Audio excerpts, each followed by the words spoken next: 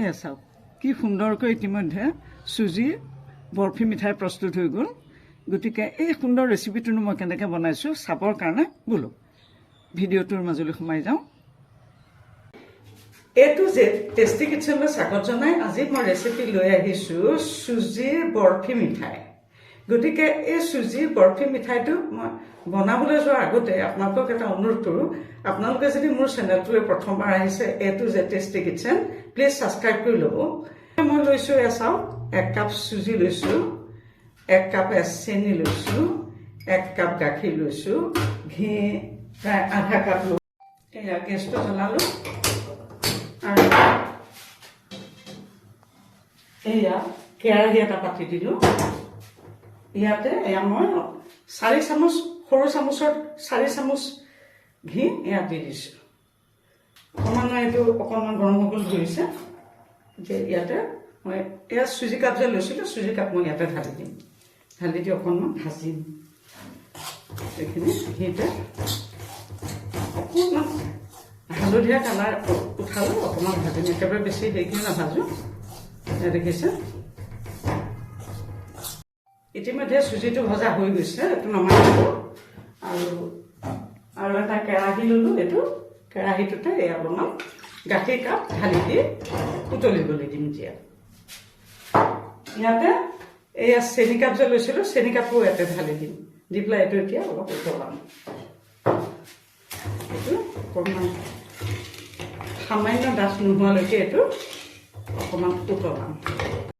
এতিয়া এখন কাঁহী এখন দেখিছিলে এটা পাত্ৰত আৰু এয়া অলপমান ঘি দিছোঁ। এয়া দেখিছেনে অলপ ঘি দিছোঁ। দি পেলাই এইখন ঘি এয়া সানি ৰাখি থ'ম। এয়া চাওক ইতিমধ্যে গাখীৰখিনি হৈছে।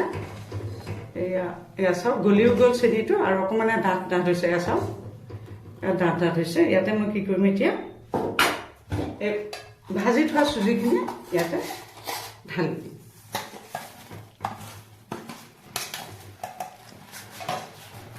দি অকণমান ডাঠ নোহোৱালৈকে এইটো এনেকৈ লাহে লাহে লৰাই থাকিম। জুইটো ল' ফ্লেমত দিব লাগিব। ল' ফ্লেমত দি থৈছোঁ মই। এই দৌটোৰ ওপৰতে বৰফিটো নিৰ্ভৰ কৰিব কেনেকুৱা হয় মিঠাইটো।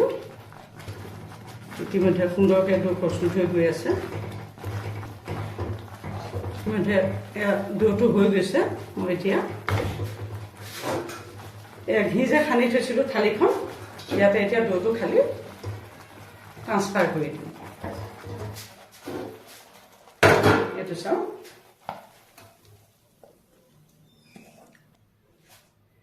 দি এইটো সমানকৈ দিম।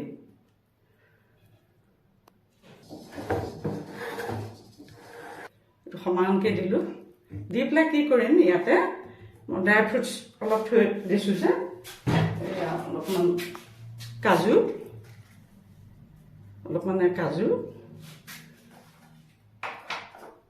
আৰু অলপমান চেৰি কাটি থৈছিলোঁ এইটো ইয়াতে ছটিয়াই দি দিম। ফ্লেভাৰটো ভাল লাগিব, খায়ো সোৱাদ হ'ব। এতিয়া এনেকৈ মই 20 মিনিট সময় ৰাখি দিম ঠাণ্ডা হ'বৰ কাৰণে। ইতিমধ্যে চাওক কি সুন্দৰকৈ বৰফি মিঠাই প্ৰস্তুত হৈ গৈছে। এয়া কটাটো আপোনালোকে প্ৰত্যেকে নিজৰ নিজৰ সুবিধা মতে কাটিব পাৰে।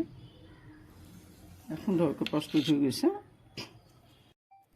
ইতিমধ্যে চাওক কি সুন্দৰকৈ এয়া বৰফি মিঠাই প্ৰস্তুত হৈ গ'ল। গতিকে আপোনালোকে এই সুন্দৰ ৰেচিপিটো বনাই খাব আৰু এটি পুনৰ নতুন ভিডিঅ' লৈ অহাৰ প্ৰতিশ্ৰুতিৰে আজিলৈ মই ইমানতে সামৰিলোঁ।